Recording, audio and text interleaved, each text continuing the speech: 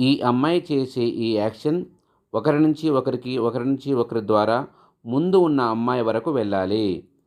అప్పుడు ఆ యాక్షన్ ఎలా ఉంటుందో చూద్దాం.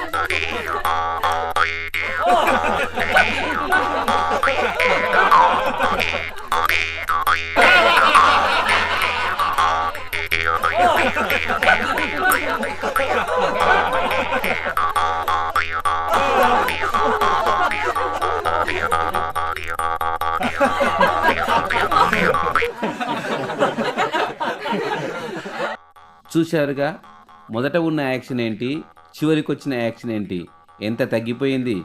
అంటే విషయం ఒకరి నుంచి ఒకరికి ట్రాన్స్మిషన్ జరుగుతూ ఉంటే దాని యొక్క అర్థం మారిపోతుంది, దాని యొక్క విధానం కూడా మారిపోతూ ఉంటుంది.